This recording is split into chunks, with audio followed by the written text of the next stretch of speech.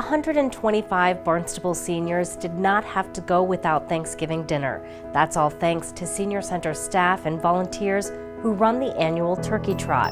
Through the event, each participant receives a full Thanksgiving dinner, including turkey, mashed potatoes, stuffing, gravy, all the fixings, and even flowers to brighten their day. Year after year of doing this event, the feedback that we get back from the recipients of the meal is really just so gratifying to the staff and I. We get so many thank you cards back from the seniors that received the meal, and for them to express to us that they felt like they weren't forgotten over the holidays, because these seniors are people that live alone for the most part and don't have any family close by to celebrate the holidays with. So I think the most meaningful part of the gesture is not just it's not the meal itself, it's the sentiment that goes along with it, that they were thought about over the holidays when we all tend to be so busy with our own families and preparing for Thanksgiving. And just the fact that they get that knock on the door and this delivery, by a volunteer of such a delicious home-cooked meal, but all of the other things that accompany the meal. And I just think that it's the visit and the fact that somebody was thinking about them is what means the most out of everything, as well as the food. I mean, it is a delicious meal that's made with a lot of love and kindness and caring by our staff and volunteers, and it's really so meaningful to us that we're able to cheer up, so many of our seniors and make their Thanksgiving holiday. Well, and it's heartwarming too, watching how many volunteers are here today helping to get everything ready. It takes so many staff members to prepare the meals, to divvy them up, as well as the local community donors who have really stepped up as well. Yes. So such a community effort here. It completely is. We could not do this on our own. I mean, clearly the will is there for us because we know these seniors and we know that they're alone for the holidays, and the whole program started because of our outreach coordinators, Claudia Borden and Judy Red, identifying that there were a lot of seniors that weren't fortunate enough to have somebody to spend the holidays with. But it's a labor of love, and a lot more work goes into it than people realize. And I think that's kind of the beauty of when we've done this over and over again, we make it look easy.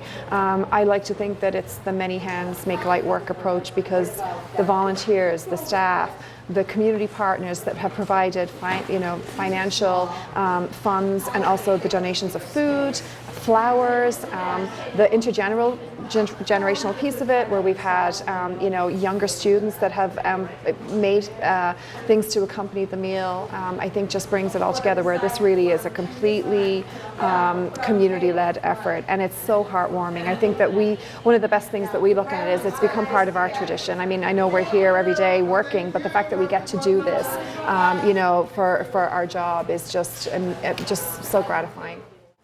We've been doing it now for 14 years. It's funny, Judy Red, who also helps with the initial development of this, we used to share an office upstairs here in the senior center before the whole downstairs was even built. We shared an office, and we were saying, well, we should do something for the holidays, and we sort of decided, let's not touch Christmas, let's do something for Thanksgiving.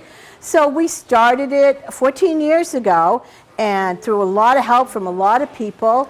And we started with, I think we did 75 people, and then it was so popular we sort of bumped it to 100, and then finally Judy said, no more. I said, well, just a few more. We ended up at 125, but we've had to keep it at 125 people just because it's exhausting, but it's fun. And the whole mission of the program is to make sure that no one is left at home for Thanksgiving holiday with no traditional meal.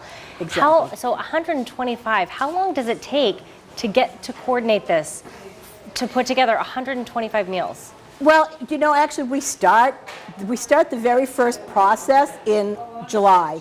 That's when I make copies of the pictures and I set them out in the lobby, and I say, while you're sitting there, please color these pictures for us. So we have this whole big coloring group that comes in, and they do 5, 6, 7 pictures. So we need 125 of them. By the end of October, they're pretty sick of coloring turkeys and things like that, but that's okay. They do it for me, and that's awesome. And then we start calling people. We start with the people who got the program last year to see how they're doing, if they're still going to be alone, would they like the meal. I've yet to see anybody say no. And then then I know how many blanks we have, how many spaces we can fill, and then we start talking to people. You know, what are you doing for Thanksgiving? I see a lot of people that are isolated through our other program, the brown bag. So a lot of those people are, when they come in to pick up their October bag, I'll say, what you doing for Thanksgiving? I try and do it just as a general conversation. But if they say to me, well, I'm not doing anything, I'm going to be all alone, a light goes off in my head, and I'll say, okay, we're going to bring you food. Let us at least provide something that's going to make your holiday a little special. We have children's pictures. You can see there's little turkeys that they made for us. We have flowers. I had yesterday, I had a whole, I think it was 10, 15 women and men, actually a couple men there too. We were making flower arrangements. So everybody's going to get a beautiful flower arrangement, a lovely drawing, a little bit of candy, a little bit of homemade pumpkin bread, and a huge, gorgeous meal and a loaf of bread. I mean, it's a really wonderful program. Enough food for 3-4 days. Yeah, it's a great How many thing. volunteers would you say it takes to put all this together? You know, I'm going to say that they probably are on every stage. I'm going to say at least 50.